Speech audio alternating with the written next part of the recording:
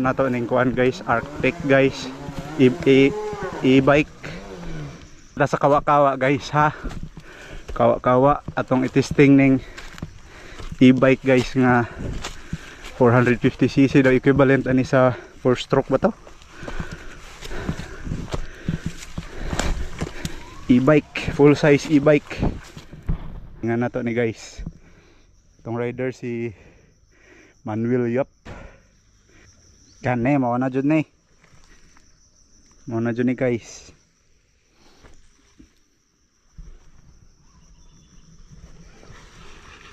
Full throttle. Builo pre! Tuwara o, saka agad lagi guys oh.